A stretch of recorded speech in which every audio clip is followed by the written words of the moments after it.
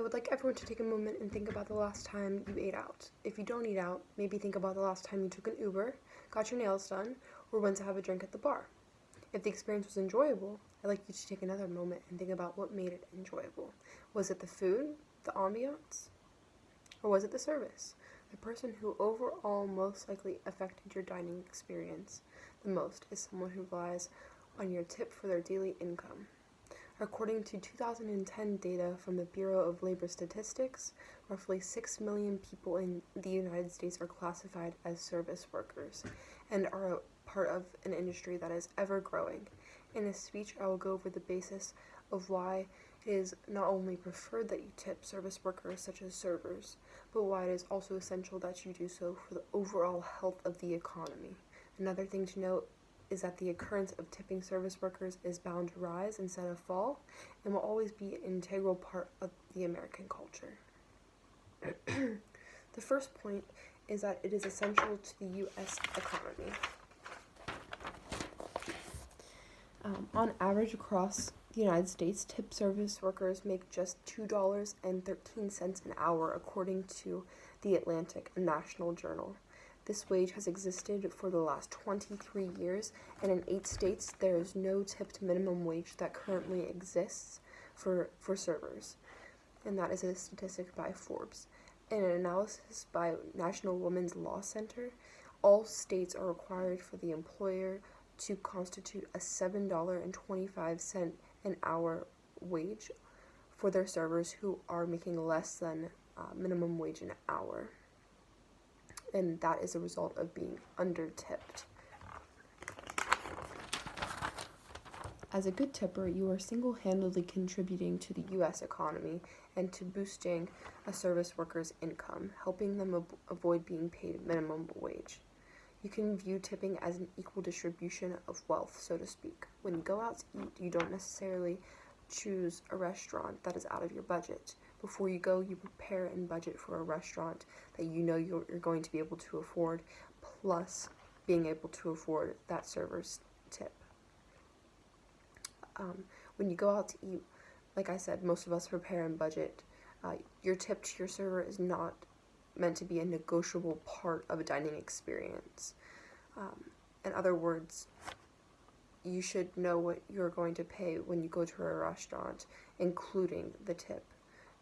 You are taking part in an activity that has been around in our economy for decades and has been a very existent part in many people's lives and livelihoods. The appropriate gratuity percentage in our country over the past decades as well has continued to rise. You can see this whenever you go out to eat with somebody who's older than you, significantly older than you, generations older than you. When you go out to eat with your grandparents, you can actually see a difference in how they tip versus how you most likely tip, if you haven't learned how to tip from them directly. Most of our grandparents, or almost all of our grandparents, were around in a time where things were much less expensive. The cost of living was much less expensive, such as it was cheaper to buy a home at a younger age. The cost of college and tuition was much less expensive. Overall prices of things, food and resources that we need to live on a daily basis were much less expensive, and so was the cost of eating out. Therefore, the gratuity tip also was much less expensive for the guest. There is talk among many lawmakers in our country about raising the minimum wage for these workers who are being under-tipped in the service industry. They are one part of the problem. Overall, across our country, the minimum wage is being talked about being risen, not only for these service workers, but for other workers. But pertaining to service workers individually, this could be avoided if whenever the average guest went out to eat in a restaurant, that they tipped appropriately 20%, 15 to 20%, since that is the standard in our economy currently. That is what these employers base what they should be expected to pay their servers off of. They base the guest tip to be at least 20% so that they do not have to supplement the server any further. Whether this is an agreeable thing among guests in a restaurant who come and visit a restaurant, it should be expected that you're paying not only for food, but you are also paying for a service that the restaurant provides to you.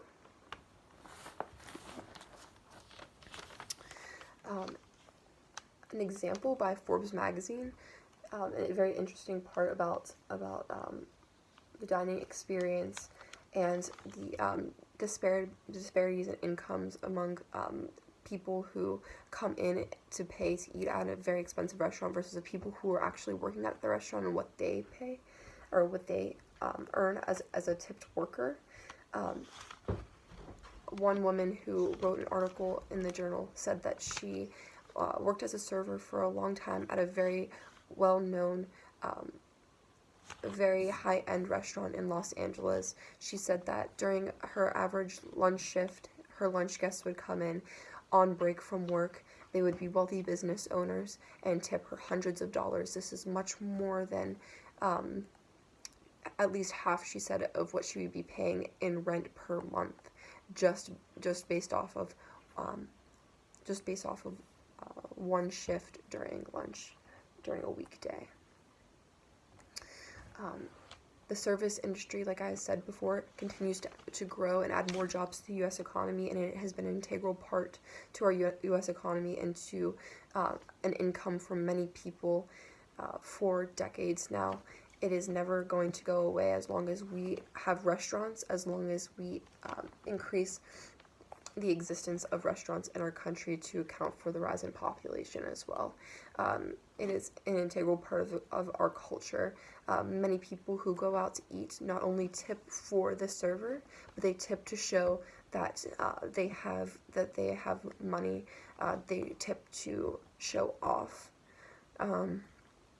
They tip to be generous and not only to give the server their desired income, but also to be a good patron and to show appreciation for the service that they have provided to them. In conclusion, if you haven't taken much consideration into the reason why you should go tip your server, driver, or bartender at least 15%, now hopefully you will.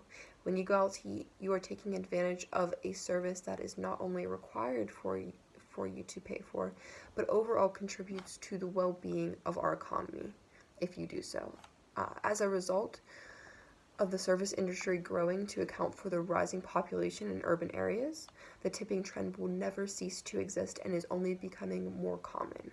In conclusion, tipping workers in the service industry is important for a number of reasons, and it should be at the forefront of your mind when budgeting for a night out. Thank you.